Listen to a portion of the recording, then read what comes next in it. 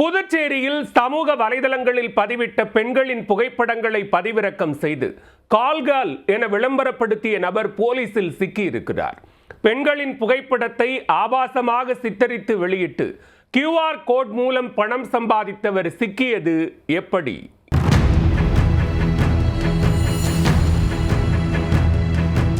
புதுச்சேரியை சேர்ந்த ஒருவர் தன்னுடைய மனைவியின் போட்டோ ஆபாசமாக சித்தரிக்கப்பட்டு ஃபேஸ்புக் தளங்களில் கால்கேர்ள் என்று பரவி வருவதாக புதுச்சேரி இணையவழி குற்றப்பிரிவு காவல் நிலையத்தில் புகார் அளித்திருக்கிறார். அந்த புகாரின் அடிப்படையில் ஆய்வாளர் தியாகராஜன் வழக்கு பதிவு செய்து விசாரணை மேற்கொண்டார். புகைப்படம் வெளியான முகநூல் பக்கத்தை போலீசார் ஆய்வு செய்த போது பெண்ணின் புகைப்படத்தை மார்பிங் செய்து ஆபாசமாக சித்தரித்து வெளியிட்டு இருப்பது தெரியவந்தது.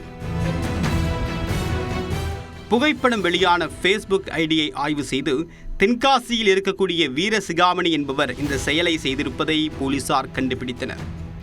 புதுச்சேரி போலீசார் தென்காசி சென்று வீரசிகாமணியை பிடித்து அவரை புதுச்சேரிக்கு அழைத்து வந்தனர். குற்றச்செயலுக்கு பயன்படுத்தப்பட்ட அவருடைய செல்போனை கைப்பற்றி ஆய்வு செய்த போது ஏராளமான பெண்களின் புகைப்படங்களை ஆபாசமாக சித்தரித்து வைத்திருப்பதும் தெரிய வந்தது. சமூக வலைத்தளங்களில் பெண்கள் வெளியிடக்கூடிய புகைப்படங்களை பதிவிறக்கம் செய்து அவற்றை மார்பிங் மூலமாக ஆபாசமாக சித்தரித்து கால்கேர்ள் சர்வீஸ் செய்வதாக வெளியிட்டிருக்கிறார் வீரசிகாமணி. மேலும் ஃபேஸ்புக் அக்கவுண்டில் QR கோட் வெளியிட்டு அதன் மூலமாக நூற்றுக்கணக்கானவர்களை ஏமாற்றி பணம் பறித்தும் இருக்கிறார். வீரசிகாமணியை கைது செய்த போலீசார் அவரை தலைமை குற்றவியல் நீதிபதி முன்பாக ஆஜர்படுத்தி சிறையில் அடைத்தனர்.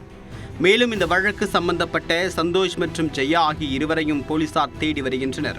சமூக வலைத்தளங்களில் முகம் தெரியாத நபர்களின் ஃப்ரெண்ட் ரெக்வெஸ்டை ஏற்றுக்கொள்ள வேண்டாம், முகம் தெரியாத நபர்களிடம் பேச வேண்டாம், புகைப்படங்களை சமூக வலைத்தளங்களில் பதிவிடும்போது பிரைவேட் அக்கவுண்டாக பயன்படுத்தினால் பல பிரச்சனைகளிலிருந்து தப்பிவிடலாம் என்றும் போலீசார் தெரிவித்துள்ளனர்.